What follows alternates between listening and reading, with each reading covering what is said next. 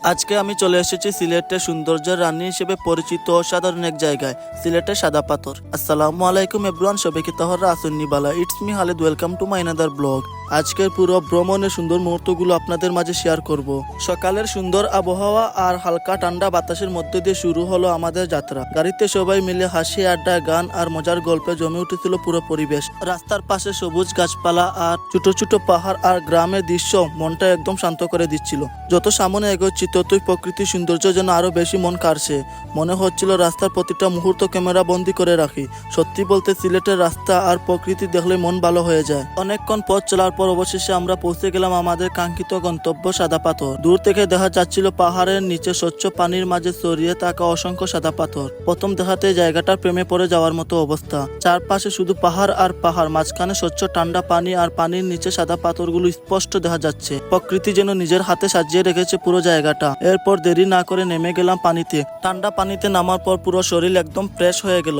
সবাই মিলে শুরু করলাম সাঁতার কাটা আর পানিতে মজা করা। কেউ পানিতে ঝাঁপ দিচ্ছে, কেউ ভিডিও করছে, আবার কেউ শুধু প্রকৃতির সৌন্দর্য উপভোগ করছে। প্রাণীর স্রোত আর পাহাড়ি বাতাসের অনুভূতি সত্যি ভাষায় প্রকাশ করার মতো না। এমন পরিবেশে সময় কাটালে মন থেকে সব ক্লান্তি দূর হয়ে যায়। অনেকক্ষণ পানিতে থাকার পর রোদ আর গরমে একটু ক্লান্তি লাগছিল। তারপর রাস্তার পাশ থেকে ডাব নিয়ে খেলাম। তারপর শুরু হলো ছবি তোলা আর ভিডিও করার পর্ব। যেখানে তাকায় সুন্দর দৃশ্য, মনে হচ্ছিল ক্যামেরা প্রতিটা ফ্রেম যেন পোস্ট কার্ডের মতো সুন্দর। সত্যি বলতে সাদা পাথর শুধু একটা পর্যটন কেন্দ্র না, এটা এমন একটা জায়গা যেখানে গেলে মন ভালো হয়ে যায়। বন্ধু বান্ধব, আত্মীয় স্বজন বা পরিবারের মানুষদের সাথে সময় কাটানোর জন্য দারুণ একটা জায়গা। আজকের এই ভ্রমণের প্রতিটা মুহূর্ত ছিল আনন্দ, হাসি আর সুন্দর স্মৃতিতে ভরা। এই দিনগুলো হয়তো অনেকদিন মনে থাকবে। আপনারা যদি কখনো সিলেট আসেন তাহলে অবশ্যই সাদা পাথর ঘুরে যাবেন। এখানে না আসলে যেন সিলেটের ভ্রমণ অসম্পূর্ণ থেকে যায়। তো এভরিওয়ান, আজকের ভিডিওটা এই পর্যন্ত। ভিডিওটা যদি আপনার কাছে ভালো লাগে তাহলে লাইক, শেয়ার, কমেন্ট করতে ভুলবেন না। এবং নিয়মিত ভিডিও পেতে অবশ্যই আমার আইডিতে ফলো দিয়ে পাশে থাকবেন।